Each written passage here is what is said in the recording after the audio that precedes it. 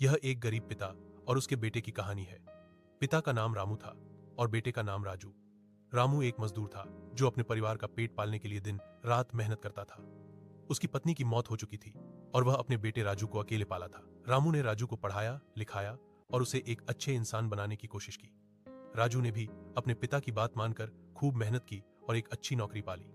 रामू को अपने बेटे पर बहुत गर्व था, लेकिन जैसे ही राजू की नौकरी लगी वह अपने पिता को भूल गया।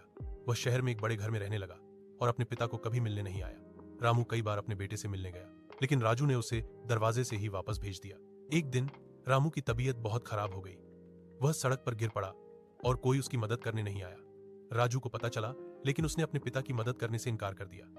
रामू की मौत हो गई और राजू को अपनी गलती का एहसास हुआ। राजू ने अपने पिता का अंतिम संस्कार किया, लेकिन तब तक देर हो चुकी थी। वह अपने पिता की याद में रोता रहा और सोचता रहा कि उसने अपने पिता के साथ ऐसा क्यों किया।